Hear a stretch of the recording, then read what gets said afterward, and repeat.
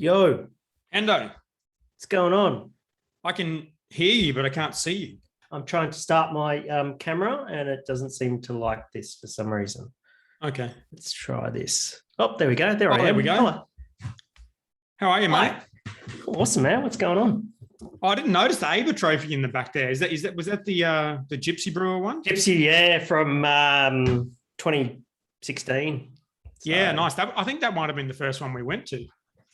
I think it was, yeah. Yeah. It's one of my crowning achievements. Hopefully not my last AIBA trophy though. No, I'm sure it won't be. But yeah, no, that's a good one. That's a good one to win. Yeah. Yeah, I'm pretty proud of that one actually. Yeah, so it's pretty good.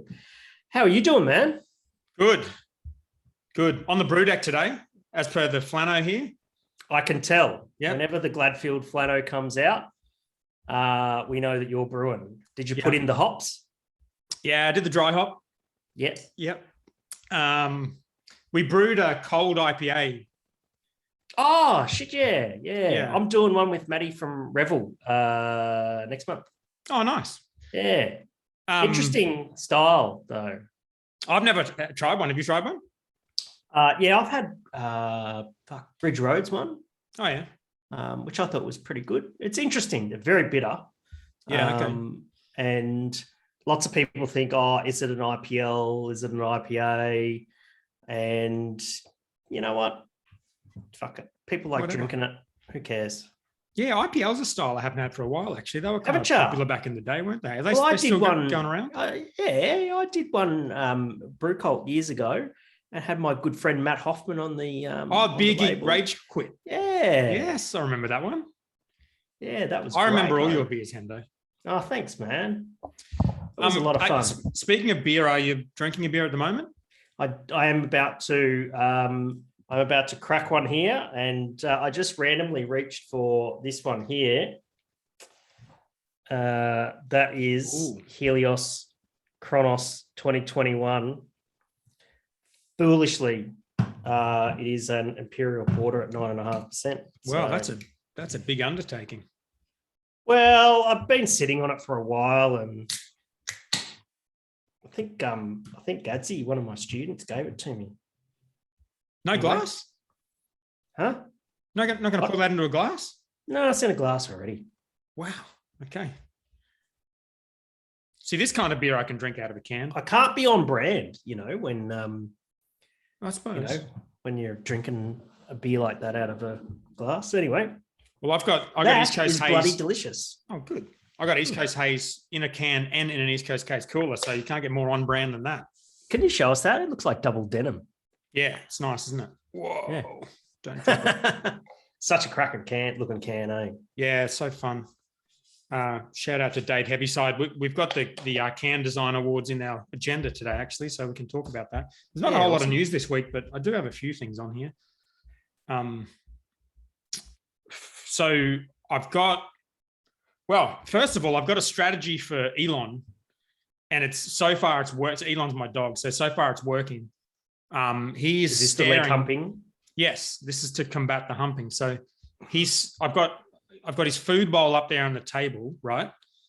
And then next to his food, because he hasn't eaten yet, and next to his food bowl, I've got some peanut butter frozen into another bowl. So, and he's staring at it. He's not even looking at me. So I've got a 3-phase plan, right? Phase one is just leave it there. And if he's happy to stare at it for an hour, then we're good to go. Okay. But I figure he's going to get bored. So 2 is I'll give him the food. And then 3 is if he comes over and humps me again, I'll give him the peanut butter. It kind of feels like I'm rewarding him for humping me. But anyway, this is the strategy. Phase 4, smear the peanut butter on your leg. Wow. I hadn't thought about phase 4, but okay. If we stop him from humping you, it is frozen, so it should take him a while to get through. Anyway, let's see how that goes, because that doesn't work. Peanut butter. I've never heard of that. Can dogs eat peanuts? Yeah. They have those Kong things, those rubber things? You shove like snacks and peanut butter and stuff inside them, and they get into them for hours and hours. So yeah, right. Yeah, that's the plan. And that doesn't work. I could put him outside, but I don't really know if he knows what it's like to go outside, so that he might get scared about that. Well, there you go. Yeah. What's in the news, mate? Well, before we get to the news, Mazen's here already. 7:07. Jeez, he doesn't. Is he? He's muck early. around. Oh, that's our first guest. You've just given away our first guest. Well, I have given it away, but the thing is that people are not going to listen to this until they click the link, which is going to have Mazen's name in it. Right. So they're going to know who the guest is already. Okay. If it was live, we could have done a big kind of reveal. Yes. But here we are. We've got Mazen. That's right. We do. He rang me just before and he said, you just sent me an invite to a podcast at 7:15. You sent it to me at 7:35. That's Queensland time, though. Yes. He's not on the daylight saving. Yeah. He's on the daylight saving. Yeah. Oh, well, I might as well get him in here. I had some housekeeping, but I might as well get him in the mix. It's the first week of daylight saving, so everybody's confused. So. Well, there you go. I should have put that in the news, and then we would have had some newsworthy content to talk about. Look at him go. By the way, Mazen informed me he's one of our 12 listeners from last week's episode. Yeah. Shit, eh? Well, wonders never cease. Yeah, well, I don't know if he was just doing his research to come on this show or he was just a diligent listener. Yeah. Hello, Maz. How are you, mate? Hey, gents. There he is. What's going no on? video. Can't see your beautiful face, mate. Hang on. Oh, shit. there turn he it is. off. Turn it off. How are you, legend? Good. How are you guys? Awesome, man. Are you on the brew deck as well? We've got all the bosses sitting on the brew deck. No. This is all. You see the virtual light. Oh, it's me? fake. Oh, it's fake. like, yeah. Have you ever seen the movie The Castle? No, I've been trying to get a copy of it. Oh my says I God. should see it. 20 years ago, I used to be a tour guide in Europe, and I had The Castle on VHS, and I used to play it in the bus every day. And 6 months, I watched The Castle literally every day, laughed my ass off for 6 months every day. It was so funny. Anyways, one of the scenes in it is like a chimney, and it's like, see that chimney? Fake. And it's like, see that brewery? Fake. Wait, don't you need some kind of special equipment to do this? Because I think my computer's too old to do this. Otherwise, you wouldn't be staring at an air conditioner and a white wall. No, just go into preferences. No, I don't think it works. I think you need a fancy computer. I tried this at the start of COVID. Don't. No, you don't. You own the company, don't you do an upgrade? Well, I only own a certain percentage of the company. But yeah, I probably am. It's a 6-year-old computer, but I bought a good one, so it's kind of lasted a while. Go into your Zoom preferences.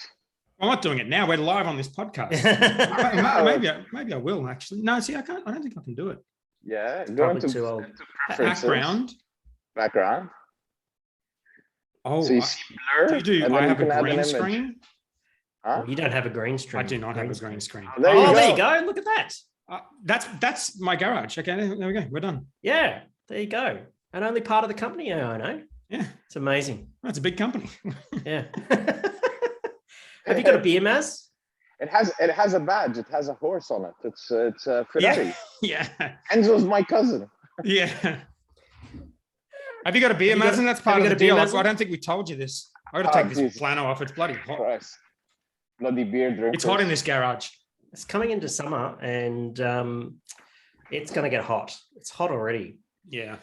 I fired up my air conditioner yesterday for the first time, and I went, it's October. It's going to be a hot summer. Yeah, it's pretty crazy. Bet you Mazen's got something really fucking fancy. Do you reckon she comes back with a fancy You take beer. the under or over on the ABV on your beer? Oh, I don't know yet. We'll see what I'll take the under. He comes up with. On your beer. 9.5, mate. I've got a Helios Kronos. And what's your beer? East Coast Haze, 4.5%. Hang on. Lucky. What's that? Lucky 13. What is Plato. going on with the screen here? This is crazy. Okay, hang on. I've got to hide it behind me. See that beer, Hendo? Yeah, Fake. what the hell is that? Bohemian Pilsner. Yeah, awesome, man. 5.4. 100% Is it out? floor malt. What's 100% floor malted Pilsner malt. 100% Saz hops. 9 weeks tank, lagering away. Shit, mate, that sounds like an expensive beer. Are you trying to give Rattenhund a run for its money, mate? Rata who? Touche. At least he's got a glass. Good looking beer, mate. Cheers. Hendo's drinking a 10% stout out of a can. Cheers. It's a can. Hendo's a fucking pedestrian. Well, you really thought about that one. I thought that was going to be something worse. Oh my God. Oh yes. There's nothing like a great Pilsner, honestly. Is that just come out this week, Maz? Yeah. Will we see any in Queensland? The problem with Queensland was just before COVID, our sales rep there quit Yeah. to go become a brewer. And COVID hit. And so we got slammed. We lost 40% of our business, which was our keg business. And we lost all the contract that we were doing, which was 30% of our business. That just shut down. And so we went into panic survival mode. So the last thing I was going to do is try and hire a new rep in Queensland while we're in shutdown and while we're in survival mode. So we decided to pull out of Queensland, service ACT out of Sydney. Yep. And try and regroup and refocus. We didn't know. But the problem is we haven't been able to come back to Queensland because every time we pop open for two minutes, we shut down again. Do you send beer at all to Queensland? Like through a distributor? Do you send beer through a distributor? No. Because I was trying to find some. I'm not keen on we've always had very good traction in Queensland. And unless I'm there to service the beer myself through my team, I'd rather not do it that way. Yeah, that's fair. Fair Well, enough. I did have intentions of getting a Hawker's beer to have on the podcast today, but I thought it might. You could have ordered it online, and then I was supposed to have probably not delivered. But anyway, I didn't even know who the guest was. Hendo said, "Oh, we've got a guest coming on." I'm like, "Oh, cool. He's going to whinge about Untapped." I'm like, "Oh, I wonder who this is." All right, I got to do. We were planning on doing our little bit of housekeeping and then getting to some questions, Maz. But I'll go through the housekeeping now because we're a bit behind. Podcast reviews, we don't have any, but we do have some ratings, which I thought was cool. Who the hell's listening to us? I don't know. I mean, Mazen listened.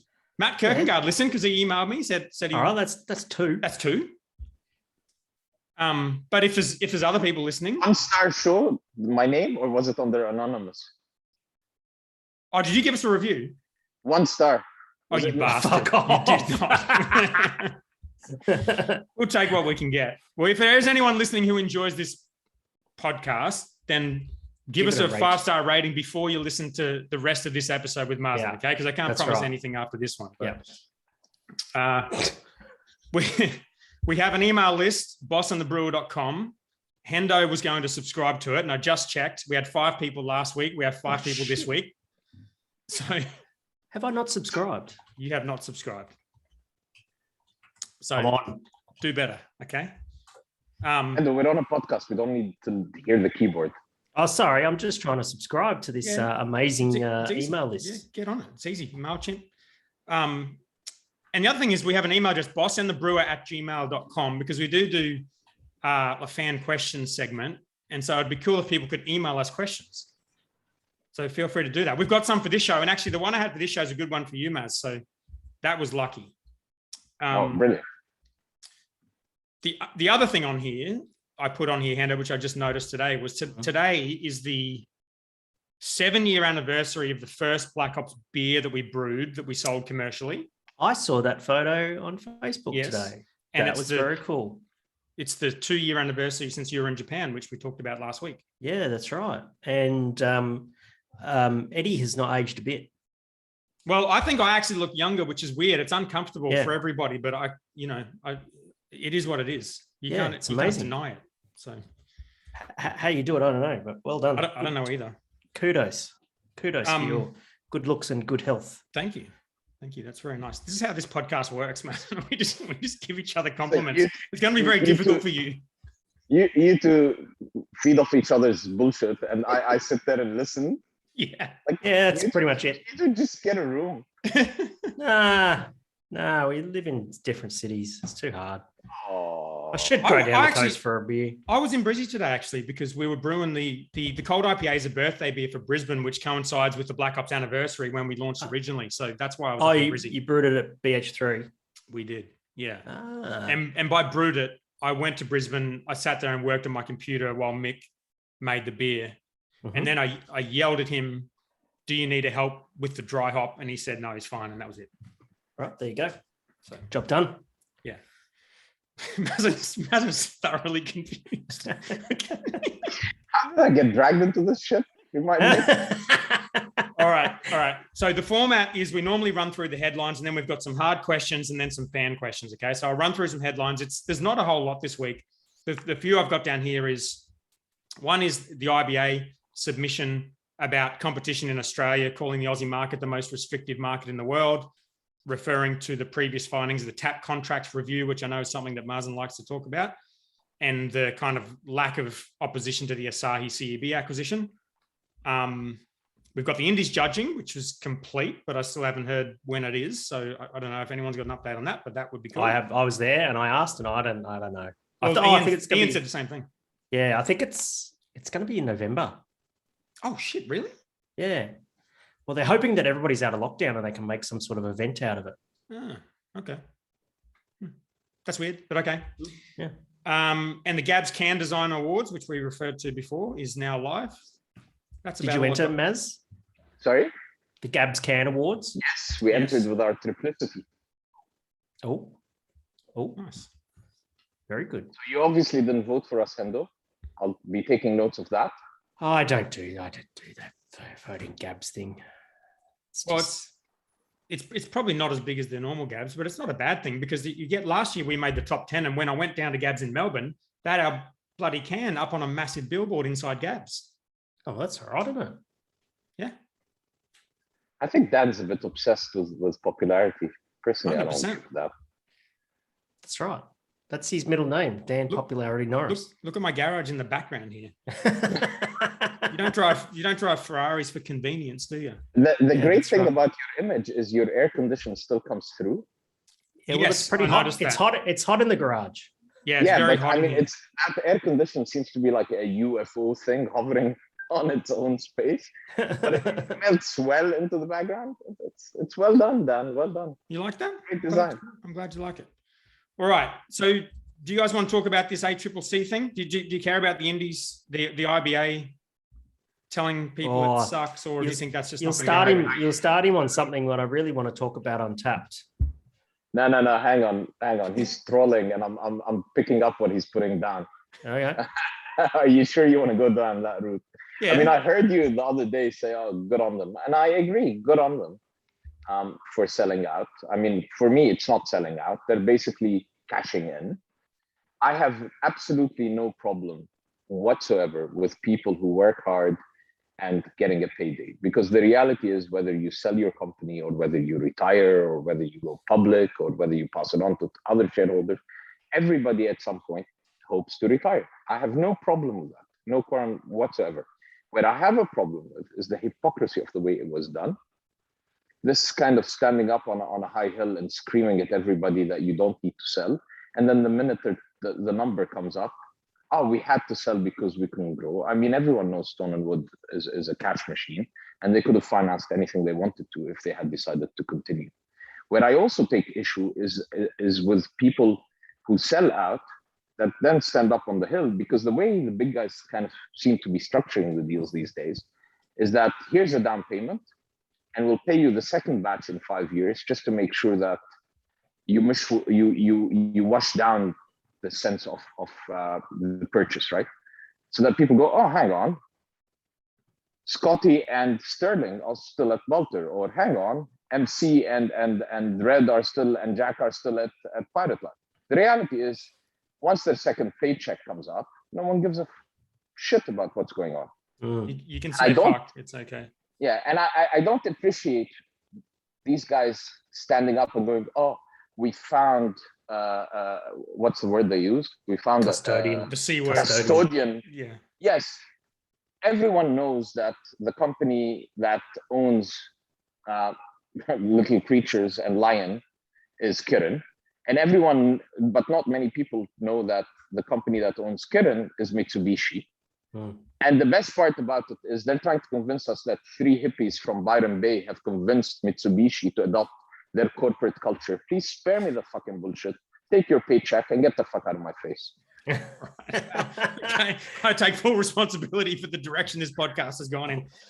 Can I say two things actually? One is this Stone and Wood deal seemed to be a little bit different. I did read that the current founders were staying on in a consultative capacity or something for 12 months. And that seems to be different to other acquisitions, and probably a reflection of the fact that the founders were not, well, as I understood it, I think Ross was there, full time. He may have even been CEO, I think, but I think Jamie and Brad were kind of exiting-ish, right? So they were kind of around. They deserve the paycheck. They got in at the right time. They landed on Pacific Ale, which to me is a fantastic coincidence of opportunities, right? They landed on Galaxy hops when no one was around. They made this very easy drinking, light, refreshing beer. Honestly, Stone and Wood beyond, counterculture is what, a year old? If you look at what they're doing, Green Coast Lager, that used to be in a green bottle. Anyone who cares about their craft beer doesn't stick their beer in a green bottle. And then their 3.5% is in a transparent bottle brewed at Tienda in Coca-Cola, when they themselves stood up and kicked up the shitstorm about Byron Bay Brewing hiding the fact where they're brewing. I get that. You're not answering my question though. The point about the 5-year thing doesn't seem to apply to Stone and Wood. Like they're saying they're going to be around for 12 months. So it sounds like they got paid. They got paid really well. And can you imagine if they got up and said, we don't care. Have a nice day, Lion. Goodbye. Hasta la vista. And the thing that bugs me is that people go, oh yeah, Stone and Wood was challenging the big guys. Stone and Wood didn't challenge anyone, man. Furphy, which was set up 3 years ago, is 5 times. Bit more than that, but Furphy, when was it set up? I think it's like 2014, 2015 or something like that. Whatever. Much later than Stone and Wood. It's about 3 times the size of Stone and Wood. So when Lion and CUB decide to set something up, if they really go hard at it, they really don't. They're not threatened by 20 million liters. 20 million liters is industrial waste at one of their plants. So they're only using these beers to block our market access, our independent market access onto the taps. When CUB got to the point where they couldn't hold on to their taps because no one wanted to pour Fat Yak, Pacific Yak, Suck My Yak, Lazy Yak, Dick Up Yak. They had to come up with something innovative, right? How many other yaks you got? I have no fucking idea. They seem to be endless. They had all sorts of yaks coming out of yak. They had to come up with something different. And so now they walk into a bar. They say, look, we care about Carlton Draft on tap. Everything else doesn't fucking matter. Here, you want a stout? We've got all these 6 craft breweries that can provide you with a stout. You want an IPA? We've got 6 IPAs. You want this? And all that does is it actually stunts the development of the craft beer market. We started craft beer in Australia at the same time as the Americans. Now, I know it's a bigger population. This has nothing to do with percentages. Percentages are irrelevant of population. We're at 7% market share. Now we're probably going down to 5%. In the US and advanced states like Oregon, they're at 50% because they were able to educate and engage. I spend my time knocking black hops off the tap, and they spend their time knocking me off the tap, because out of the 10 taps that are there in a pub, there are 2 that are rotating that can never actually have any sort of permanency. Our cost of servicing these bars is so much more expensive because our reps have to go in 5 times to get a keg sale, whereas these guys have 8 taps. One guy calls them up and makes sure that. I hired the guy who sat in South Bank, who managed a region in New South Wales he had never been to, on behalf of CUB, who called up pubs and basically hassled them on their allocation for the week. They hadn't met their quota for the week. I've got a little bit of a different take about the Stone and Wood sale than yourself. I do, although I do agree that it is a move to block independent beer. I think the big tell for me was when Stone and Wood came out with Green Coast in a 3.5% version in a Flint bottle. That said to me that, well, this said to me that I think that Lion are going to make a play for Great Northern. right? Great Northern, biggest selling beer in the country. Does Lion have anything that competes remotely near it? Fuck no. Who drinks Lion? Who drinks Iron Jack? Yeah. Who drinks Iron Jack? Exactly, nobody, right? Because no one cares. And you know, I said a while ago that Great Northern have done a really good job creating a sense of locality, being local. Right? They call it Great Northern Brewing Company. That's the beer from up here and all that sort of stuff. And we all know that it's fake message, but people, you know, generally the general population think that it's a real deal thing. And I think Green Coast will give that to Lion. I think you'll see. My prediction is in 24 months you'll see Green Coast nipping at the heels of Great Northern.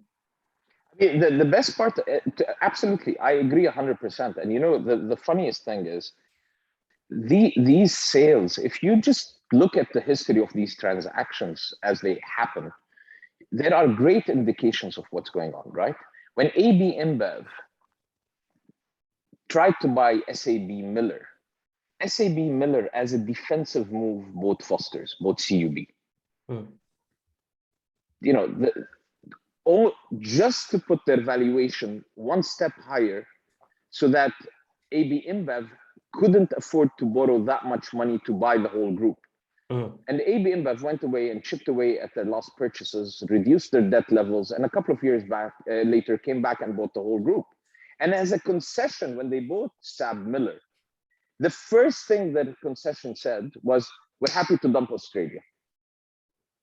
That's a non-core market for us." When most of the anti-competitive commissions in the US and in Europe said, no, that's not good enough. They had to dump Peroni, they had to dump Grolsch, they had to dump all these beers, including Camden Town in the sorry, not Camden Town, they dumped the other one, Meantime in the UK. So they dumped a whole bunch, they stripped a bunch of the portfolios, which were sold to Asahi. And Asahi all of a sudden overnight became the #1 brewer in 10 East European countries. I mean, the bizarreness of this deal. Left AB InBev with this Australia that doesn't really matter. It's non-core to them. They don't really give a damn about. And the ZX Ventures went in and bought Booze Bud and bought, you know, all these things, and then bought Pirate Life and bought Mountain Goat. Mountain Goat. No, Mountain Goat was Asahi. Oh, yes. Sorry. Yep. And when they sold, they dumped everything. They dumped Booze Bud. They dumped everything out of their portfolio and just left and bolted. And Asahi inherited this. So when people say, you know, I had an argument with MC from Pirate Life on the stage in Adelaide, and he said, I'm still in charge. I said, well, you're directors of Pirate. First of all, the headquarters of Pirate Life is South Bank, Victoria. The five directors back then were a Brazilian, a Belgian, an American, and 2 Melbournians. And he said, no, I'm still in command of the ship. The minute they sold to Asahi, I called him up as a joke to send him some sushi for lunch.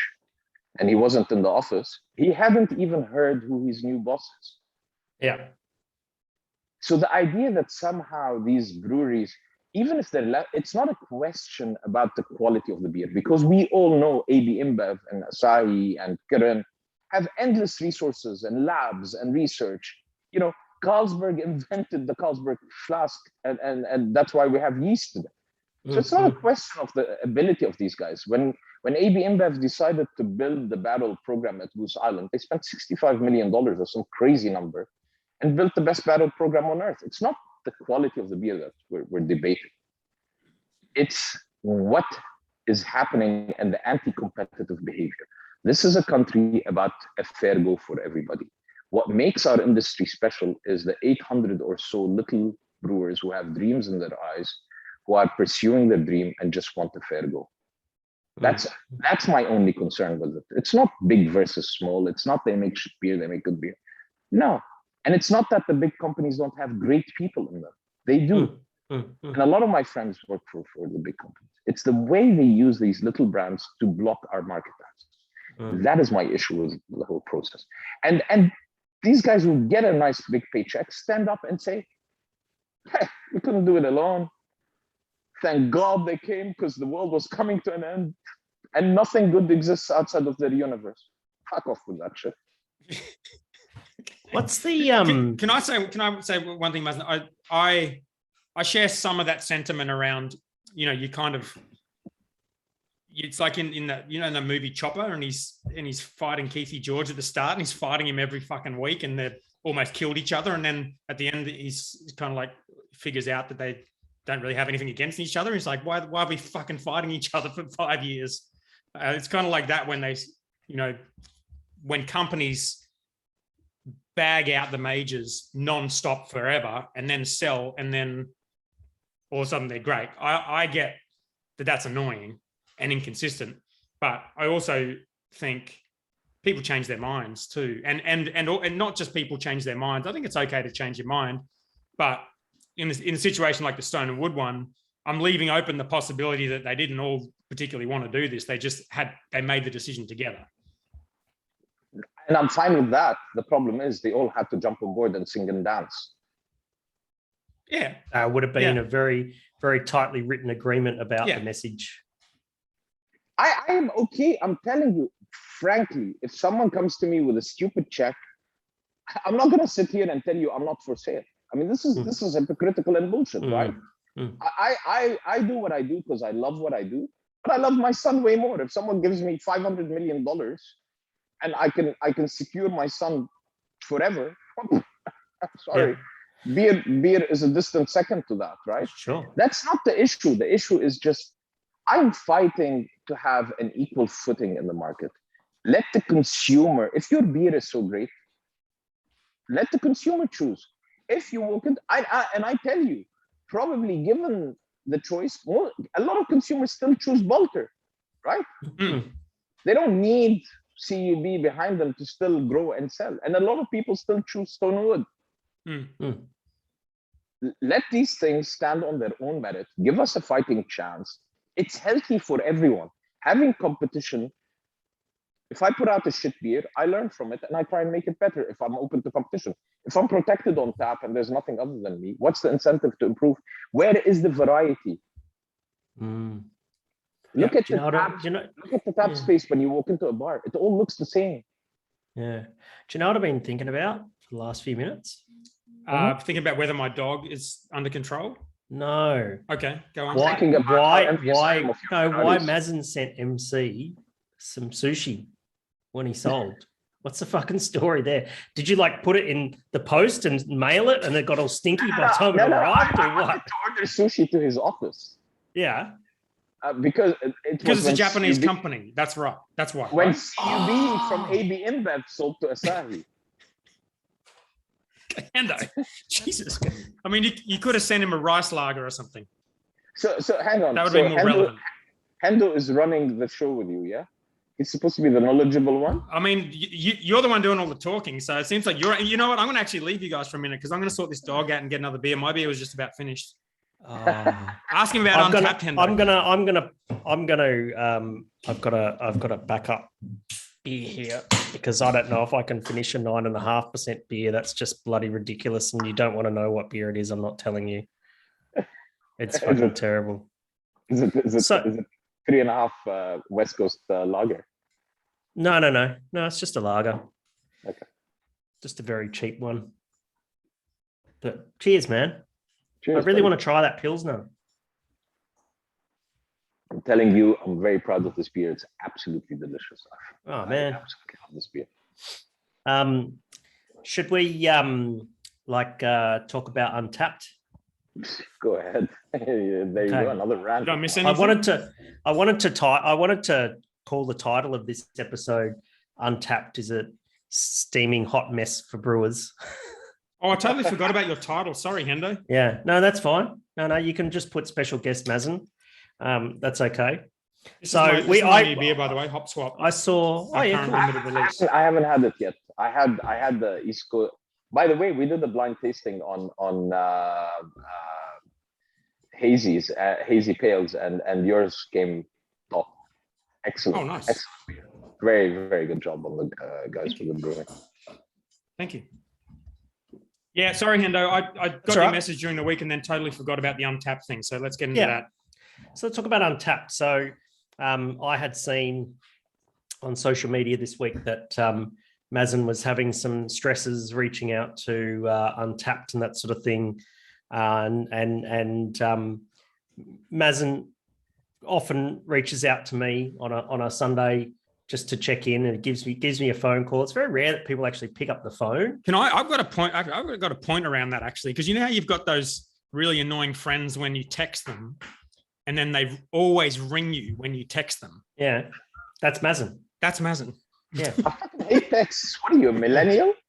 Yeah. I am a millennial. Yes, I am. It's amazing though, but like Mazen will just call you out of the blue on a random on a Sunday afternoon and that sort of thing. He usually says to me, "Hendo, you're a fucking rock star. You know that." Which is how my company got its name, from you, Mazen. Is it actually? Enough. Yes, that's true. Yeah. Oh, that's fun. Yeah. It was like I was still like working at Stone and Wood at the time, and Mazen calls me on a Sunday afternoon. He goes, "Hendo, you're a fucking rock star. You know that."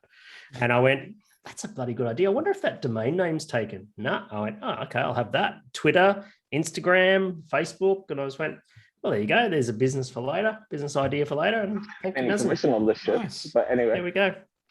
Yeah, man. I'll send you some sushi. Did you know that? Is that news to you or just news to me?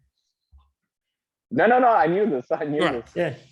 Anyway, so Mazen gives me a ring on a Sunday afternoon. No, actually, I call Mazen, and I saw that he was having some issues. Sounded a little bit stressed about the issue with Untapped, and there was a lot of things in there that I didn't really understand. Now, you know, I haven't dealt with Untapped, you know, since sort of 2017, and you know, since I've had a brewing company and that sort of thing, and you know, Untapped has always been a part of a brewery's social media strategy and that sort of thing, and a lot of user generated content, as you know, social media is and that sort of thing.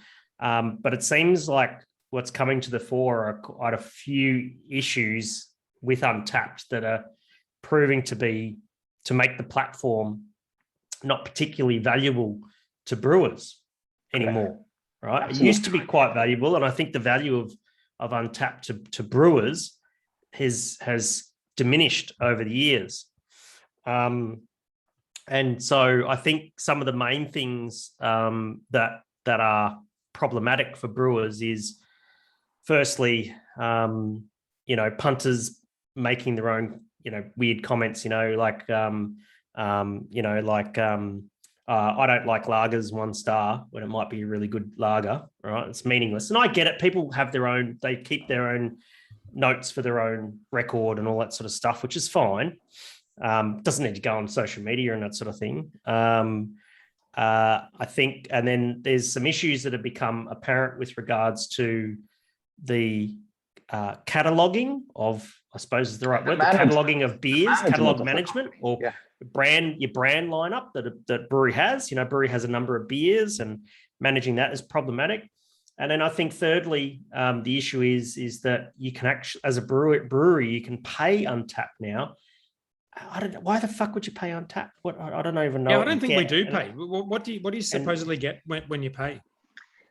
So Untapped has a second set, which is the business account, right? And the business account, if you have a venue and you want your venue to be verified, you pay them almost $1,000 a year to get a verified account. And so that's only useful when you have a venue. This is to have like the beers up on the wall and that kind of thing, or? So you get the menu on the wall, but you also get a feed of every time someone checks in, you get a little feed below that. Honestly, we tried it and it's not very useful, but we kind of committed to being part of the whole craft beer movement, and we kind of kept giving them money for no reason. We didn't even have a venue, to be honest. We didn't have the menu up. It didn't really matter. Who cares? And the menu is very archaic. It's not, you can't really adjust it. But the big problem, I think, with Untapped is a fundamental question of the reason behind Untapped, right? I think as a brewer, if there are two ways to view Untapped. If you're looking for a popularity contest, Untapped is a very good gauge of where you stand. And you can see this with breweries that have tiny volume, but stupid numbers of check-ins because people think they're the hype breweries. And high ratings too. And everything they touch is magic. And even if they make a bad beer, no one dares to rate it badly on Untapped because they look like a schmuck. And then you have breweries that are doing gazillions of liters of beer that basically get no ratings. That's just the audience, isn't it? Like who uses, like how much do you have to love craft beer to use an app where you check in the beers you drink? Like that's like super niche. Dan, if our listeners ever get a chance, there used to be I think it was a 1990s movie called Beer Tickers.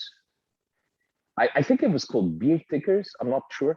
So prior to the internet, there was a whole bunch of British beer obsessed guys who were part of the camera movement at the very early days, who would go around beer festivals and tick beers that they've tasted into logbooks. Right. And it's an obsession. And people had thousands and thousands of beers traveling the country, going to beer festivals. It's called Beer Tickers Beyond the Ale. I'm just looking at it on IMDb. That's exactly it. And it's a fascinating show because it's before Untapped or Beer Advocate or Rate Beer, whatever a thing, right? And I think it was electronized by Rate Beer and then Beer Advocate and finally Untapped. And Rate Beer got bought by AB InBev, so a lot of the brewers stopped supporting it. The problem with Untapped is it can be used in one of two ways. As a punter, you're either keeping a logbook, right? I had a guy give our saison a 1/4 star. And I genuinely got worried. I thought he had a bad can. So I contacted him on Untapped and I said, was the beer okay? He said, yeah, the beer was okay. I just fucking hate saisons. And that's fair enough. He's using Untapped as a logbook for himself. I had this Pilsner. I fucking hate Pilsners. 1/2 star, 1/4 star. Fair enough.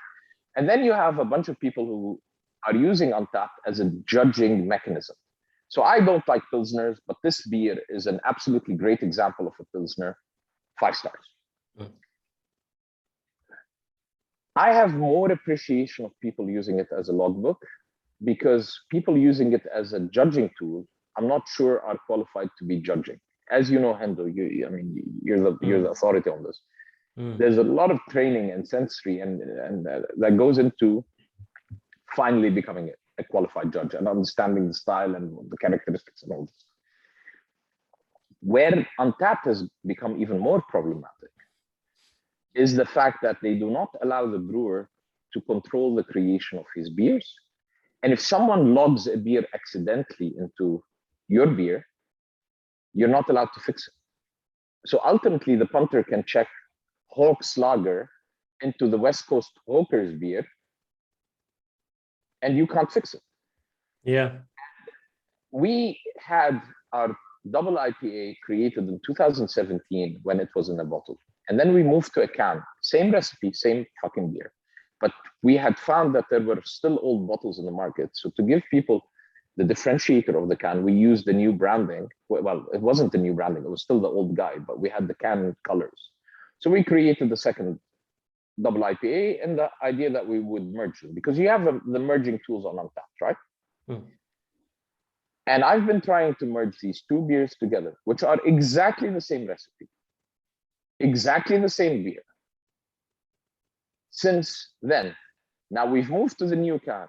We've went into 440s in the limited release with the new beer. Now it's part of our core range that's coming out seasonally.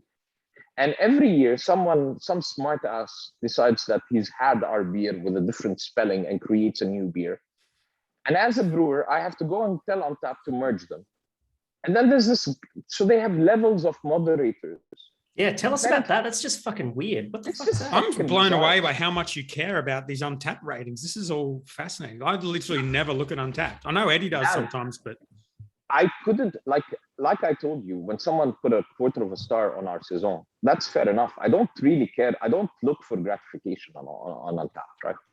I genuinely don't. But I think Untapped is a tool that the community uses to further the message of beer. And as someone who cares about the community and what's happening in beer, I like to present the right information to the consumers who are ultimately drinking the beer so that they have at least a proper, clean reference point as to what is going on, at least with our brand, right?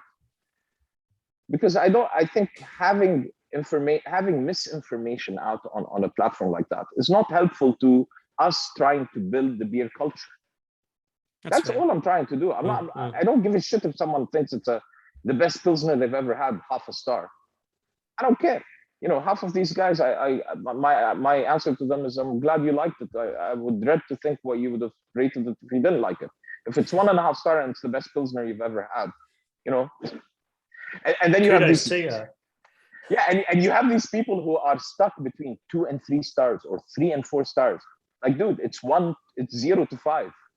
You don't have to 3.8 stars. How are you coming up with a 0.8? Why is it not 0.375? How much time do you spend thinking about this, Mazen? No, I'm not thinking about this.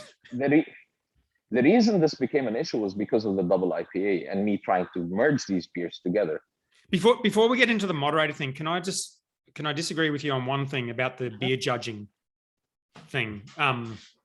So you're saying, you know, people don't have the skills and experience to judge a beer. One thing we've done with our quality program, and I think it's a relatively recent thing, is we have, you know, you have people at different stages in the company who are kind of got different palates and they kind of know more than other people. You know, we've got some guys working for us who really know their shit, and we've got other people who are just getting used to it. So you've got that side of things where you've got people going through the sensory and reviewing the beer from a sensory point of view and looking at the aromas and the colors and the haze levels and all of that kind of stuff, and the head and the bitterness and all of that. But then we've always got another test, which is basically just, do you like it? And we have both. And like something like Untapped, and not just Untapped, any opportunity where people are talking about beer, whether it's on social media or on Untapped or in person, their opinion around whether they like it, I think, is every bit as relevant as what a judge thinks. It's more relevant. Sure. I'm not saying they don't have the. No. Sorry. Maybe I misspoke. I'm not saying people aren't qualified to judge the beer. I'm saying if you're behaving like a judge, then you must have some underlying. If you're judging a Pilsner, you need to understand what the characteristics to look for in a Pilsner to make it true to style and whether it's representative of the style. I'm not saying you don't have the taste buds.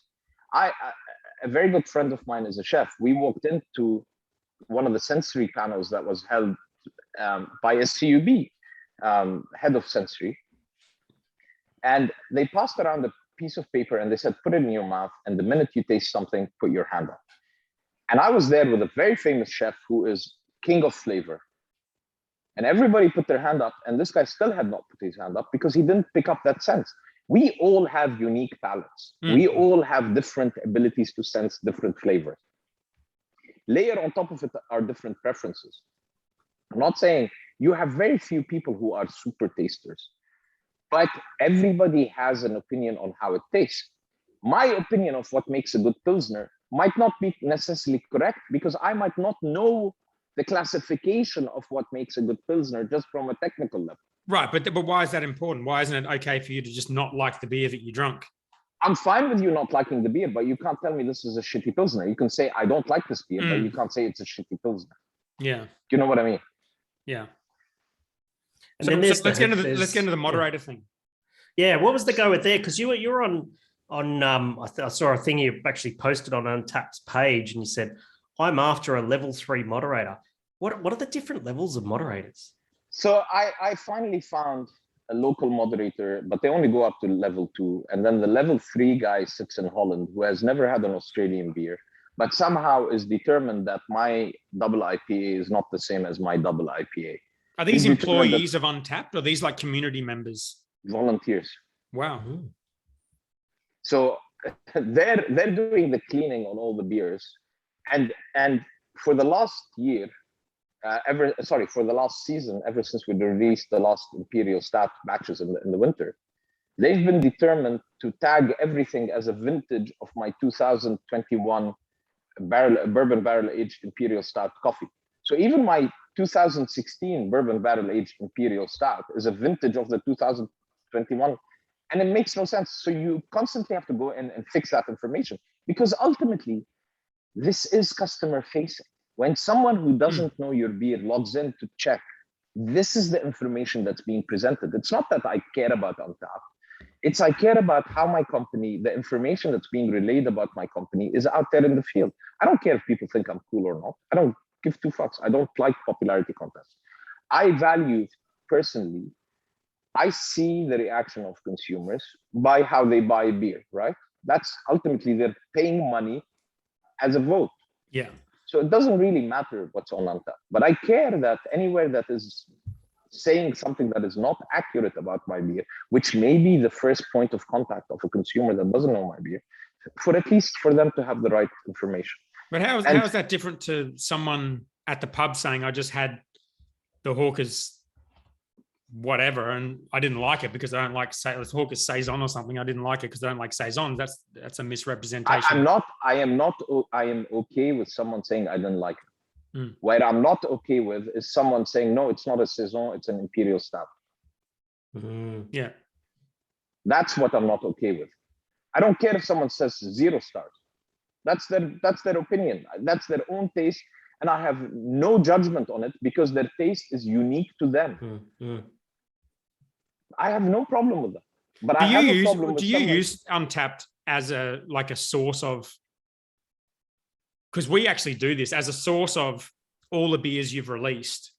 Do you use Untappd for that? Is that why you want the data to be accurate? Yes. Yeah. Yeah. Because I care. If I put out Lucky 13 is a Bohemian Pilsner that's 5.4%, I don't want the moderator to go say, this is a hazy IPA that's 3%. I don't want to have Lucky 13 2022. Yeah. I don't want to have a new beer in my portfolio that I never brewed. I know I brewed a single version of the double IPA. Nothing has changed in the recipe from inception. So as a brewery, you feel like you just don't have control over your beer lineup and your back catalogue and all that sort of thing. And do you think it might be actually related to going back to this beer tickers thing where people go and create new beers so that they get their unique count up? I don't know I think it's actually a bit lazy from Untappd because they've become segmented in their, so I contacted the people that we pay money to as a verified business account. Yep. And I said, I have this problem with my beer. Can you solve it? And they said, go open a ticket with customer support. So I went and opened the ticket with customer support. The problem is I think they are understaffed because they are not communicating back saying, hey, we looked at your case and this is the reason why we're not merging it. Yeah, that's what I was going to say. Like this is it's kind of a cross between a user generated content machine and, and a directory organization, but they must be making fuck all money. Like this must be an impossible thing to manage. They've got volunteers administering these things and they've got users creating content for the thing. And it's only a really niche concept like that. How are they even making money? Like this can't be a huge organization printing money. How are they making money? Think of every pub that is verified in Australia that's paid $1,000. And then think of how many places you've been to that actually had, like I can only think of one venue on the Gold Coast that has Untappd on their thing. Forget the Untappd on their thing, because you can also shoot marketing through Untappd by having badges, announcing events. So you're in a venue close to your venue, you can actually, someone checks in a beer, they can say, hey, Black Hops has a special on whatever. Right. They can have a badge of you've drunk 5 Black Hops beers or whatever. We've never used these functionalities. And but these kind of apps have never historically done well. There's just not a good way to make money on these things. Think of how many bars in the US are on there. Think of how many. You're thinking of Australia. No, I just think as a concept, this kind of thing is not. There's not a lot of money to be made. That's not true. Go into your Untappd of Black Hops, see where your beers are frequently drunk and checked in. Every bar that has a logo has paid $1,000. All right, you guys keep talking. I'm going to do that right. It's really interesting as well. It's interesting that you mentioned that movie. 600 American dollars. It's interesting you mentioned this movie Beer Tickers, because I think people who use Untappd are definitely beer tickers, always up for their unique count. I'm looking at the IMDb page, right? And the very first user review, I'm going to read the first couple of sentences to you because they're fucking hilarious, right? So The top review is A Different Sort of Addiction. It's not surprising that I'd watch this documentary. After all, I make my own beer and have sampled well over 2,500 different beers. However, when I saw this film, I noticed that I'm a complete novice compared to some of these beer ticker folks who pride themselves in tasting and noting every different beer possible. Wow. That was such an Untapped user. This is what I mean. This is super niche. I just don't think this. I don't think this is a thing that's making a lot of money. It's super I niche. make my own beer, and I've sampled well over 2,000. What makes you make a statement that it's super niche? Think of today. If we log in today to Untapped, just today, yeah. I go to the Black Hops page or to the Hoka. I'm doing it right now. I honestly, I don't remember the last time. I'm fucking logging into my Untapped account because I'm logging in right now. I don't remember the last time I've done this. Tell me what to do. I'll look at this verified thing. So hang on. So this month we have 1,735 check-ins as hawkers. I got 1,600. I'm fucking around, eh? There you go. So if you scroll a bit lower and it says popular locations, look at how many of your locations have a tick next to them. Not many. Well, 3 of my top 6. We've got, okay. Well, my top 3 are Black Hops, and then we've got Tipplers, WA. So we've got 5 out of the top 1, 2, 3, 4, 5, 6, 7, 8, 9. 5 out of the top 10, but none of ours are because I didn't even know it was a thing. Yeah, so 4 of yours out of the top 10, and then you have 3 with 1 that is not verified. But this is across. So there's 4 out of what 1,600 check-ins. No, but these are these aren't 4 check-ins. No, I know, but you're saying four venues out. There's 1,600 people have checked in. There's 4 venues paying money. No. The top 10 venues where your beer was checked in. I understand, but out of 1,600 check-ins, the top 10 is probably the vast majority of those. It's probably 1,000 of them. There's only 4 venues. That to me, that's not a lot. Yeah, but actually, 6 of those venues. That's 40%. First of all. No. But that's 40% of probably the vast majority of the check-ins. Like there's probably barely any check-ins outside of that. But Dan, you don't see how many below them, right, are verified, and then you have a lot of people buy the beer and drink at home. There are just for reference, there are 85,000 liquor licenses in Australia. If they have 1,000 venues, that is $1 million a year out of Australia. That's zero. What you can't do anything with $1 million. Think of how many they have. 3 moderators. Buddy, think of how many they have in the US. They have 100 times our size of, 10 times our size of population.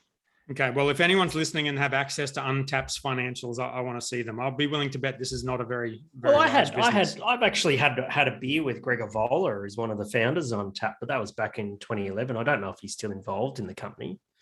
Nice guy. Who owns Untapped? Is it still a? They say sold it, I think. So got sold to, I don't know, some company that does wine ratings or something like that. So. Vino something, right? Vino Mofo, is it? No, that's an online retailer. Yeah. Anyway, I'm looking at my Untapped check-in history. Would you like to hear about some of the? My last check-in was on the 2nd of April, 2016. That's the last time I logged into Untapped. Yes, tell me. I'd like to. My last beer that I checked in on Untapped was a Moby by Salt Brewing Company at Bamborough Cemetery. What the fuck I was doing at a cemetery? I don't know. I think I was at a music festival. I drank a Russian Imperial Stout by Brass Monkey Brew House in Stanthorpe. Brass Monkey, I was there about a month ago. Yeah. That was December 2015, mate. Was it the same guy? Yeah, probably. It's got his mobile number on the label. Give him a call. Get him on the podcast. He was a very, very interesting guy. And then I've got a Lupine Mercy by Hop Dog Beer Works. All right, we're not going into checking. That's amazing. We are. I'm doing it as well. This is awesome. Where do you find this? What's your last beer that you checked in? You just go into the website, you log in, and then you go to my Here we go. Unique. Here we go. I'm here. I have a story about why I quit Untapped, but I think I've been on here since then because I went to Carwyn Cellars once in my life and I checked in every single beer I had. So the last one was Hop Nation. That's so fucking Carwyn.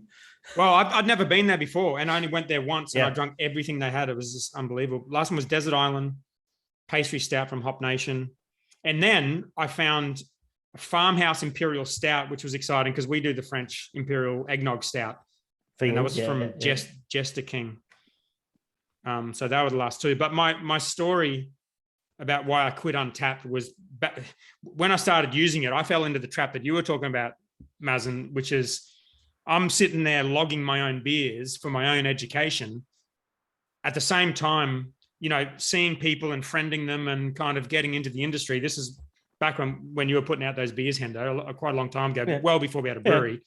And I had one of Lee from White Lies' beers. He had that chocolate stout that he used to do. Remember that one? Yeah. And I checked it in and I was like, it's just sweet and kind of gross and I don't like it. I gave it 2 stars. And then, I was just being honest. I was just like checking in the beers. Like, this is not the kind of beer I like. I don't really want to drink a really sweet stout like this. Anyway, he saw it. And then I saw him out at an event like the next weekend. And he's like, dude, you gave me fucking 2 stars. And I felt so bad. So from that point on, I just started giving every beer I drank 5 stars.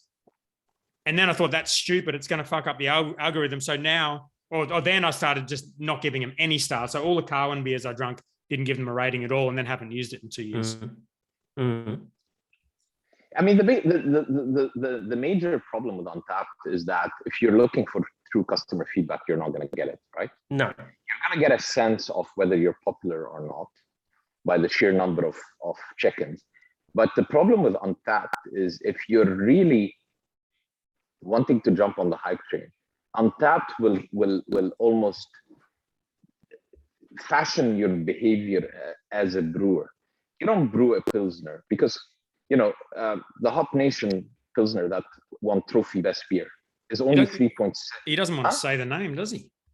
Rattenhund. Sorry, every time I struggle with the name. What do you just call it? Just call it Rat Dog. Is that what it is? That's what it is, Rat Dog. Sorry, I genuinely don't know the name. I'm not being an ass about it. I genuinely struggle with the name. I can't remember if I'm saying it right or wrong. But Rattenhund, which is a fucking great beer. I love that beer. 1 trophy, 3.75 on Untapped. If the best Pilsner in Australia is 3.75 and the shittiest hazy is 3.75, then what are you telling the brewer? If you look at the top... Just don't look at it, Mazen. I'm telling you. I don't look at it. Damn. Well, it's an interesting thing, mate, because the reason why we sort of had this... keep saying that. I don't. I genuinely don't. I think my information to be right. It highlights it highlights a really interesting problem, Dan, right? Because how does a brewery get external feedback about meaningful external feedback about how their beers are doing in the field? Well, it's the 2 things, isn't it? It's how the beers are from a quality point of view, which I think the awards are probably the best thing for that. And yeah, but awards are really, to me, honestly, are really infrequent though. That's the issue, right? That is, to me, that's secondary. How a beer is going well in the field for me is about how much individual venues are selling. Because if you look at our product, like I have reports for fucking everything. I like line charts and reports. If you look at all of our products, Goat is our number 1 selling beer, but Goat is our most widely distributed beer. And I don't know the exact number on how many products sell at each venue, but I would say the most meaningful thing would be to anecdotally choose a few venues if you're keg or if you're bottle shop. I can think of a few bottle shops around here that I would put in this category, and then talk to the sales rep about how many of those cases you're selling in that bottle shop. And we get the numbers from our tap room. So that's a gold mine for us. But I know there's a bottle shop up the street where East Coast Haze, with the right activations and the right story and the right branding and the right product and the right price, is their number 1 selling craft beer by a mile. And it outsells Goat and Pale and Hornet and our other beers almost 3 to 1. And that's how I know. It's still not our best selling beer, but that's how I know that's our beer, because the people walk into the shop, that's the beer they're buying. Yeah, it's nothing to do with ratings. Exactly. It's nothing to do with ratings, but I think that Untapped. Sorry, Hendo. You hit on something very, very unique there. You said with the right pricing and the right activation and the right branding. Yeah. And that is not the feedback from a brewer's perspective. Correct. Why not? Why not? Do you know how to make good beer, Mazen? Why do you need people to tell you your beer is good? It doesn't give you the measure of consistency, because you're making batches of goat all the time, right? And you're getting no feedback as to how consistently well your product is. No, we are, because we know, like we see how well it's selling. Selling and the quality of the product is not the same thing.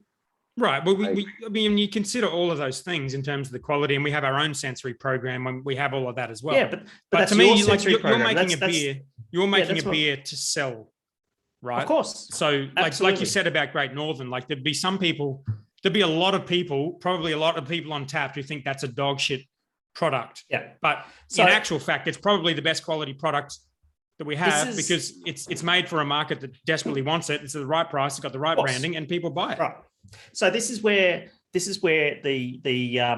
put on my Gladfield Red Flano, right, and give you the brewer's perspective, right.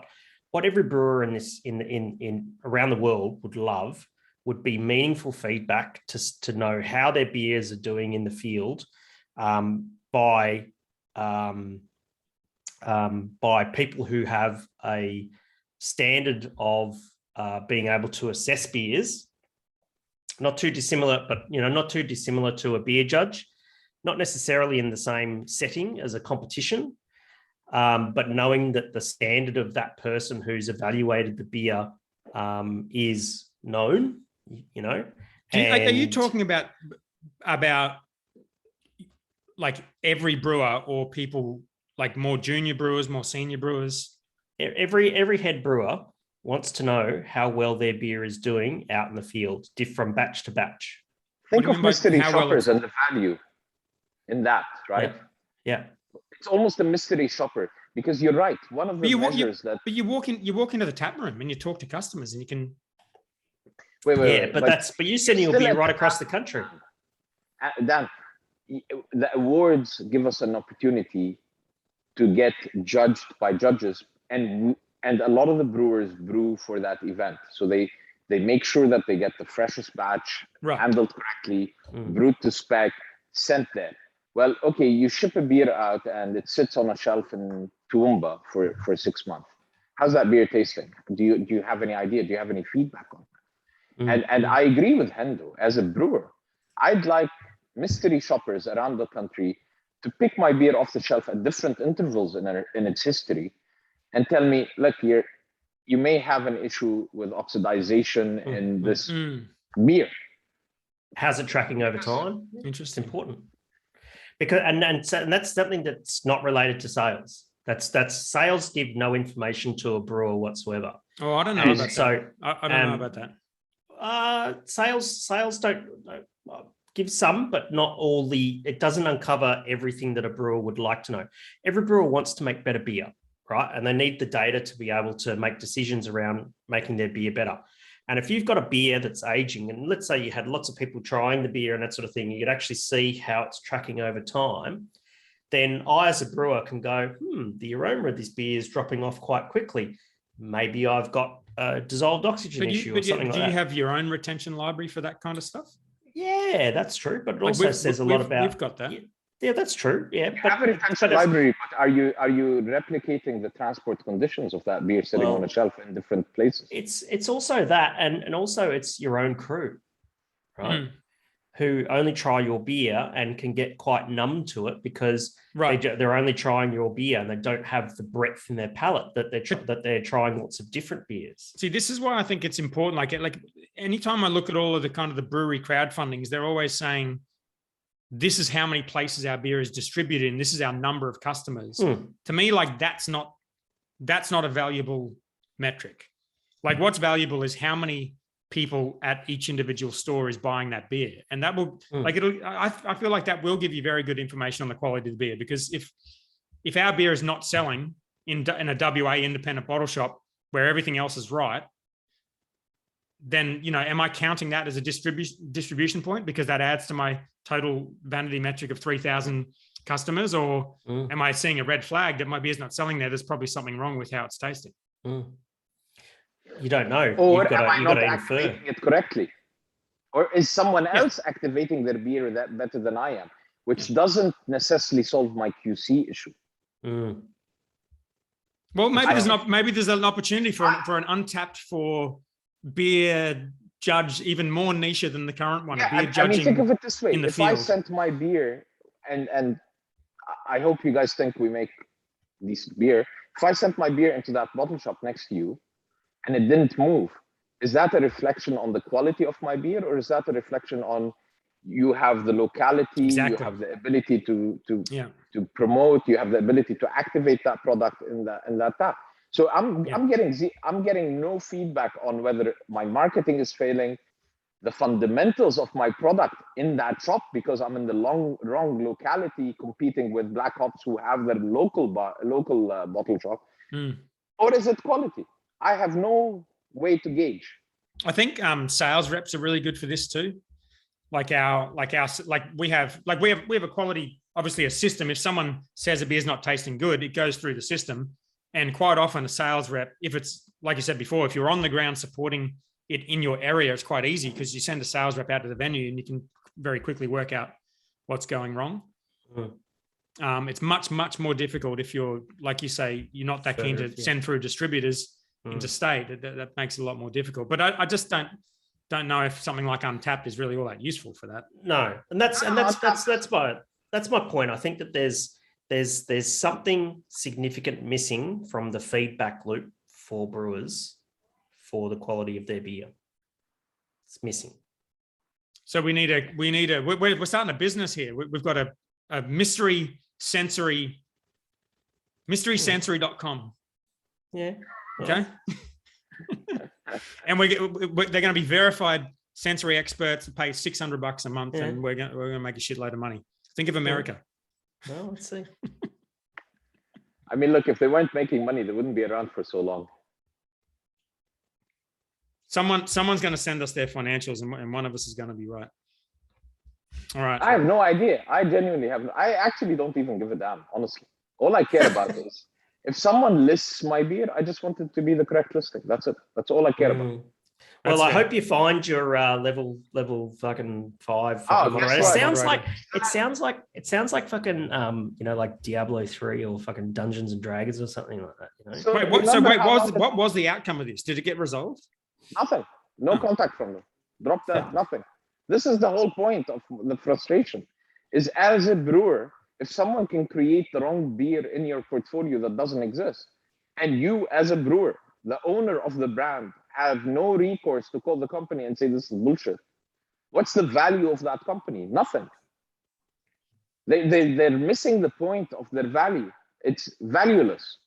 They're losing that they're no longer a social media. If anyone can create a Mazen Hajjar on Facebook, and if I report it as a fake profile and Facebook decides, nah, Mazen Hajjar lives in Zimbabwe and works in flying kites and has my picture, what's the value of being on Facebook ever again? Nothing. All right. Well, if any of our 12 listeners works at Untapped, give please, if you're that's exactly. Star power. If you're a level 5 druid playing D&D that has Untapped, reach out to Mazen. He would like to hear from you. We've got the final segment is called Hard Questions. Oh, here we go. And we were going to ask each other hard questions, but why don't we just give them Mazen ones and see how they go, and then we'll go from there because we've been going for quite a while. Yeah, what do we got? My one is, what's the most you would do to secure a tap? Since you don't like tap contracts, what would you do to get a tap? The tap? I'm happy to discount the beer. I wouldn't secure a tap. I'm happy to offer a discount and marketing support on the tap, not cash marketing support, but discounts on product. I'm happy to create events around it. I'm happy to work with the venue to the benefit of the venue. I am never willing to contract a tap. Would you ever give free kegs to get a tap? I don't give free kegs to get a tap, but if the venue has an event, I might support if they have their staff birthday, or if they have a karma keg where they're trying to raise money for someone, or if they're trying to raise money because they want to put up a sign or something, absolutely, I'm more than happy to support the bar. But again, it's not conditional on locking the tap. Right. I never lock a tap. So you would never. So if a venue comes to you and says, "We're opening a new venue. We've got 2 craft beer taps. Stone and Wood's taken one of them. They're giving us 4 free kegs and some marketing support. What can you offer for the second one?" I can offer you the best pricing and the best support you're going to get. And as long as you use my beer, you can continue to benefit from that pricing. The minute you knock me off the top, you go back to normal pricing. And my pricing is very transparent. That price list is available to everybody. There's no secret under the table deals. You tell me that you want to run, your customers like my pale ale and you're going to give me a run of a year. That saves me on my cost of selling to you. And I'm happy to share that benefit with you. And you know what? You change your mind halfway through. I don't have a contract with you. Black Hops gives you a better deal. Good luck. I genuinely don't have a problem with that. And no one should have a problem with that. I understand the value of locking taps and having a predictable revenue stream and being able to, but ultimately it's self-harming. The excitement we have in this industry is from the variety. It's not a zero-sum game. Yeah. Someone goes home and doesn't drink a Hawker's beer and drinks a Black Hops beer. I've still won. I've won because that person who drank a Black Hops beer at some point is going to come back and drink a Hawker's beer. I'm trying to grow the segment, the pie for everybody. I'm not trying to grow the pie at the cost of everybody else. Because if we ultimately become 10 big brewers in the country and everyone else has disappeared, the consumer loses interest in us. I want the tap. Good luck. Of course you do. Everyone does. Mazen wants the tap, but yeah, I want the tap. But that's interesting. Yeah. Well, what happens when all your competitors are offering something for the tap and you're not? I'm out of that race. It's a rat race, man. I don't care. Okay. It's a principle thing. It's not to sell out your principles for how many taps are you going to get? 100? Is it worth it to jeopardize the whole industry and fuck 100 other brewers? It's just money at the end of the day. I mean, are we in this to grow the industry, grow the community around us? Genuinely, I'm not being this hippie. I think people see value and see through. Like you said, people know we never contract taps. Whenever we have a tap, it's because the bar sees value in what we offer them. It's not because we've given them money. Yeah. It's no benefit to them if we give them a bit of money up front and then the beer they have on there never sells, but they're stuck on this tap. If our beer doesn't sell, they can fuck us off for something else. Great. Yeah. Okay. All right. Kendo, you got a question? Yeah, I got a question. So a few years ago, I stopped by your brewery, Maz, and you're in one of your what's the right word to use? Competitive? No, not competitive. Passionate moods. Yeah. Right. Where you were having a day, and you said to me, beer in this country is too fucking expensive. Right. Yes. And you showed me this video. I think it was from Stone Brewing or something like that. Do you remember the one that you showed me there? Yes. And you said the beer, keg, I think it was keg related to keg specifically. You said keg beer in Australia is way too expensive. Correct. Do you still hold that point of view? And if not, or what's changed, or if so, well, I mean, why is that still the case? When we were having that conversation, what was the typical price for the keg and wholesale? Oh, 240, 250 for a keg? Yeah. Come to Melbourne right now, you can get $160, $170, $180 keg. Really? 100%. From who? 100%. All over the place. We're not going to name names right now, but I can tell you there's lots of brewers doing that. And the benefit of keg. Well, sorry, but if you're a production, I mean, one of the things that Dan mentions is that value of death between 1 million and 2 million liters, right? The value of death for American brewers is up to 4 million liters. If you're a production facility in the US and you're not able to sell 4 million liters, you're in the wrong business. It's that kind of ability to drive economies of scale ultimately creates more market share, right? Consumers are willing to pay a certain premium for craft beer up to a certain level. You can't expect a consumer to pay $90 for a case of lager. It just won't happen. It doesn't take away from the value of your product that you're doing. You're just pricing yourself out of the market. And the few people who buy that beer are not going to be able to reach the 95% of people that don't drink our beer, right? Ultimately, you need quality, you need branding, you need activation, and you need pricing. You need to be able to put the things on the shelf, and you need to be able to create the pull from the shelf to grow the segment in the market.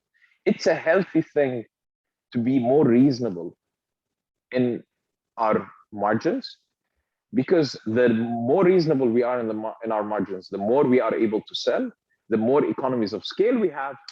Ironically, the more margin we will have on the bottom end. A lot of people look at Rover and they think, what the fuck are you doing? We actually make very healthy margin on Rover. We're not selling beer at a loss. My dad doesn't own an oil. This is my life savings invested in Hawkers. This is everything I have. I don't even own a house. I make beer that one, hopefully appeals to beer drinkers because it's good quality beer. And I make it in multiple places. So, when I make a limited release beer in 440 ml cans and in stupid ABV, I charge a premium for it. I charge a reasonable premium for it because it costs me a lot more money to make. But I'm also trying to reach that 95% of the market.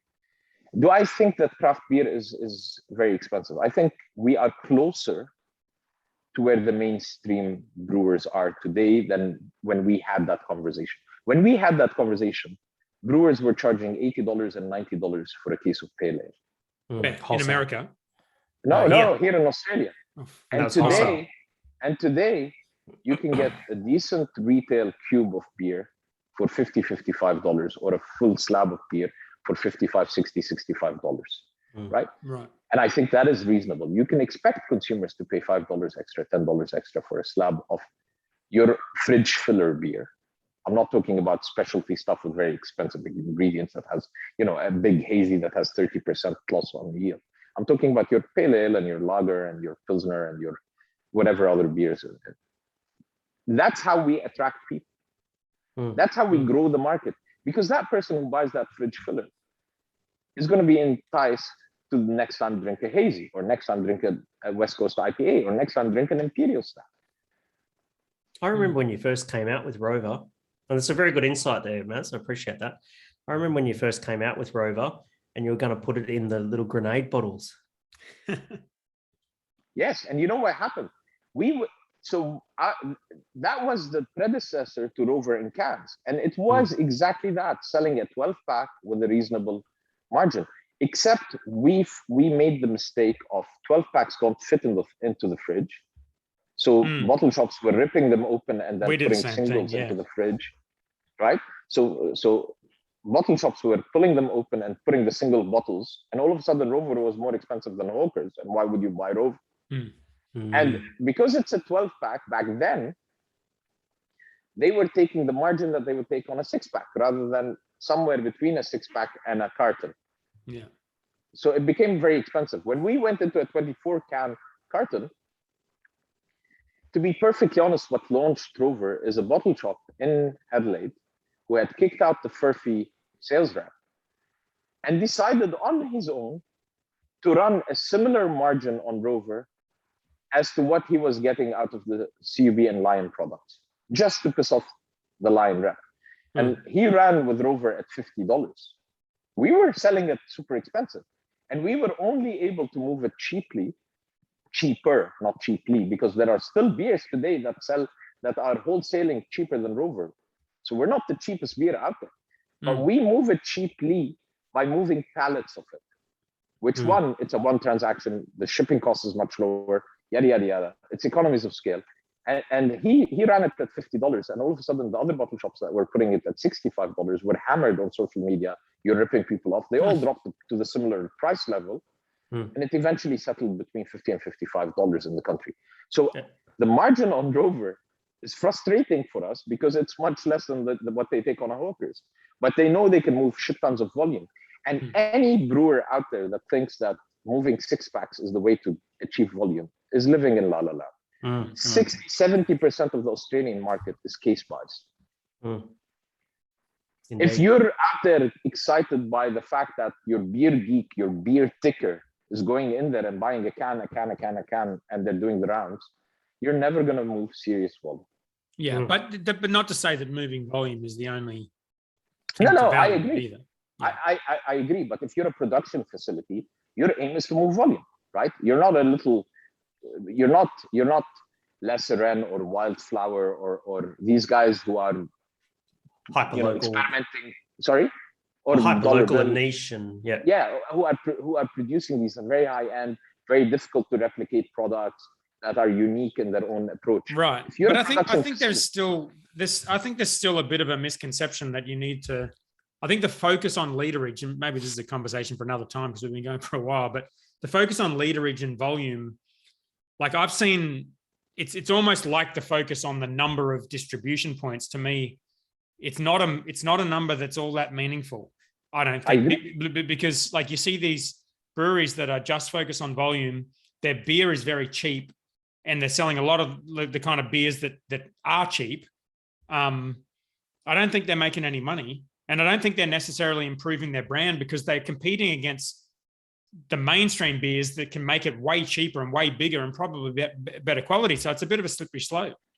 And then I agree with you 100%. And it shouldn't be about literage. It should be about profitability of the brand, right? And so one of the basic analytics that we did, we used data analytics to really analyze the cost of shipping things everywhere and to understand what margins we were making and what is the cost of servicing a client, right? If you walk into a client every week and they order a carton of beer, then your cost of servicing that client is very different from the client that you walk into once every 2 weeks and who buys 5 kegs, right? It's a totally different ballgame. So ultimately, focusing on the areas where you are profitable, because literage is a big misconception we found. And to go one step further, it's not even important. COVID taught me a very costly and expensive personal lesson. I moved to Australia in 2014. And this move contributed, if not cost me, a divorce. And my ex-wife stayed in Lebanon with my son. And my dad died when I was 10 years old. So I'm very attached to my son, and I've always been determined to be a present father and do the right thing by my son, right?